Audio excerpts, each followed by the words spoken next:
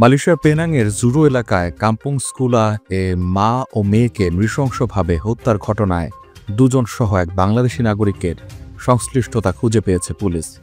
দেশটিতে আলোড়ন তোলা চাঞ্চল্যকর এই হত্যাকাণ্ডে গ্রেপ্তারের পর তাদেরকে 7 দিনের রিমান্ডে নিয়েছে পুলিশ। পেনাং পুলিশ প্রধান দাতুক আজিজি ইসমাইল জানিয়েছেন, 45 ও 46 বছর বয়সী ওই দুই সন্দেহভাজনকে রোববার আলাদা আলাদা স্থানে অভিযান চালিয়ে আটক করা হয়। পরে সোমবার থেকে তাদের 7 দিনের রিমান্ডে নেওয়া হয়েছে। মামলাটি দণ্ডবিধির 302 ধারায় তদন্তাধীন রয়েছে। তিনি জানান, প্রাথমিক তদন্তে জানা গেছে গ্রেপ্তার দুজনই নিহত 51 বছর বয়সী সারিয়া চেহিনের পরিচিত ছিলেন। তদন্তের অংশ হিসেবে তাদের মোবাইল ফোনও জব্দ করা হয়। আজিজি জানান, পুলিশ হত্যাকাণ্ডের প্রকৃত উদ্দেশ্য উদ্ঘাটনের সব দিক থেকেই তদন্ত চালাচ্ছে। যদিও হত্যার মোটিভ এখনও স্পষ্ট নয়, তবে সংগৃহীত সব প্রমাণ বিশ্লেষণ করে তা নিশ্চিত করা হবে।